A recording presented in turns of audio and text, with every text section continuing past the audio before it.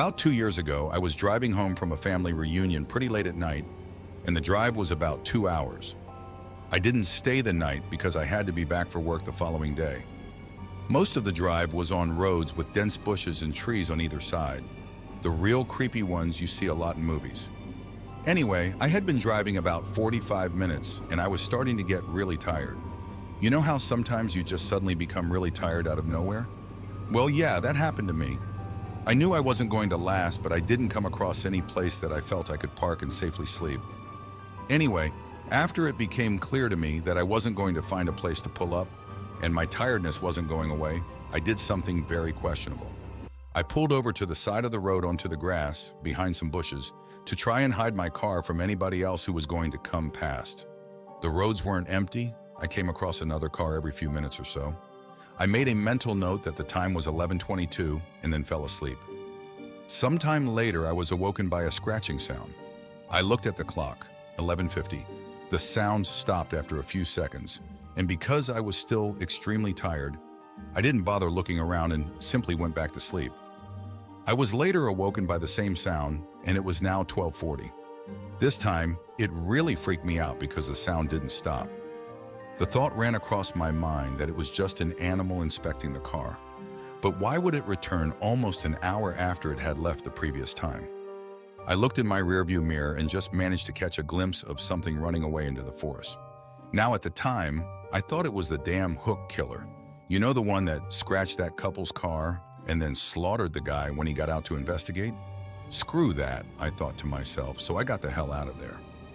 There was a bend no more than 100 yards up the road, and as I came around it, there was a freaking car parked off to the side of the road with the driver's side door open.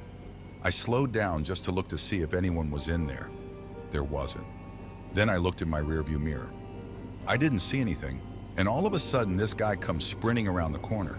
He starts screaming at me, shouting stuff like, "Hey, you, get the heck out of your car, now!" I noped the heck out of there and sped off. I never saw the guy again. Moral of the story: don't sleep on the side of a deserted road.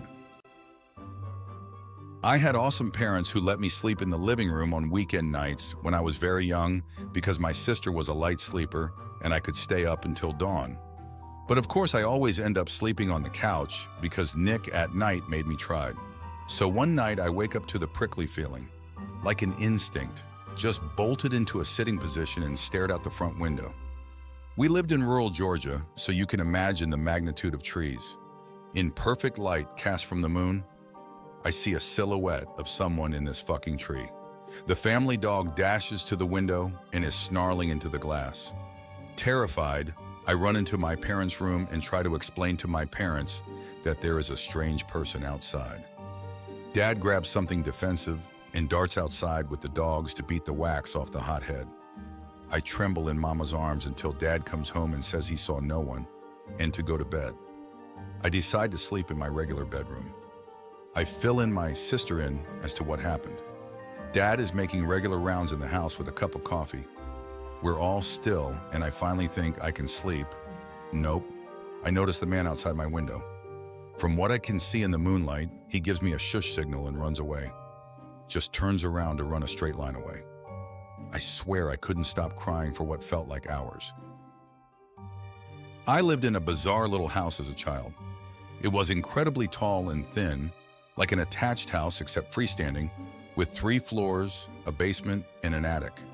It was full of quirks, such as 2 fully functional fireplaces, a shower stall in the center of the basement, a backyard so small that you could not take 5 paces without hitting the fence, and an old-timey rope-pull dumbwaiter that led from the kitchen to my bedroom. I loved that weird little place, but unfortunately, it was incredibly old, and half of its charm was the fact that it seemed to have been designed by an inarticulate conclave of lunatics, and eventually the repair costs exceeded what my parents were willing to sink into it, and we had to move. Preparing for the move was a chore. I packed most of my stuff myself, and I had taken to throwing stuff down the dumbwaiter and shoving all my clothes so thickly in my closet that they became a single solid brick of fabric. While clearing that closet out, in fact, I came across a feature I hadn't noticed before: an attic entrance in the roof. Being an adventurous kid, I opened her up, stood on the clothes brick, and began my first and last exploration into the topmost part of our weird little house. The first thing I noticed was that it wasn't as dark as it should have been. The place was strung with old red Christmas lights, which still burned with leftover incandescence, and a dozen little cracks and holes peeped down into all the bedrooms below. The second thing I noticed was that the place was set up for habitation. The insulation was plasticed away. There was an old gurney piled with sleeping bags and sheets, and a rusted mint green refrigerator which still worked when I tested it. The third thing was the bones. There were a lot of bones. I was a kid at the time with a limited understanding of anatomy, but there were bones of all types heaped into a series of piles around the center of the attic. Small and large, clean and white, from every and any imaginable sort of creature, haphazardly stacked in a half-dozen osseous clumps. Two of them were blackened, as if someone had tried to burn them, and the walls nearest those blackened piles were scrawled in dark bone char messages. Mostly they were just smears, but the word sorry appeared more than once. That room had been sitting over my head for 8 years while I slept. When I was in high school, I had a really good friend who lived next door to a house that was always up for sale. People would move out in the middle of the night without a word, and it hadn't had the same owner for more than 6 months straight for a couple of years. One night we were really bored, and he suggested we go explore the house next door since it had sat empty for a while. We go around back and there's a dog door that he can crawl through, and he unlocks the door and lets me in. The house itself is really unremarkable. It looked like it was built in maybe the 1950s and was a craftsman-style house in an older, nicer part of town.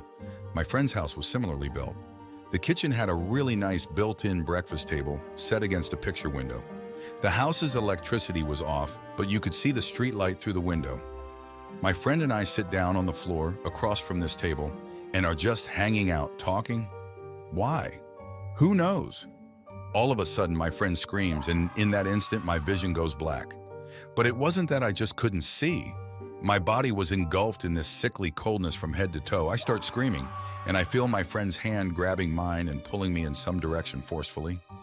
My vision slowly comes back, and I start to warm up when I realize that we're outside under the streetlight. It was December and should have been much warmer inside of that house. Finally, I look at my friend and he looks scared. I'm really confused and kind of panicked myself and finally ask him what happened. He says that as I was talking, a black thing, this figure that was all black, crawled out from under the table and sat on top of me. Apparently, I started groping around with my eyes wide open, like I couldn't see, and he was so freaked out he pulled me out of the house. We're still friends and we bring it up every now and then, but the story itself never changes, and it still sends chills down my spine. To this day, I've never felt such blackness or coldness in my life. It was palpable, almost sticky. For a couple of days afterward, I couldn't shake this unsettling feeling, and I could never walk past that house again. Ugh, I'm scared to get out of bed now.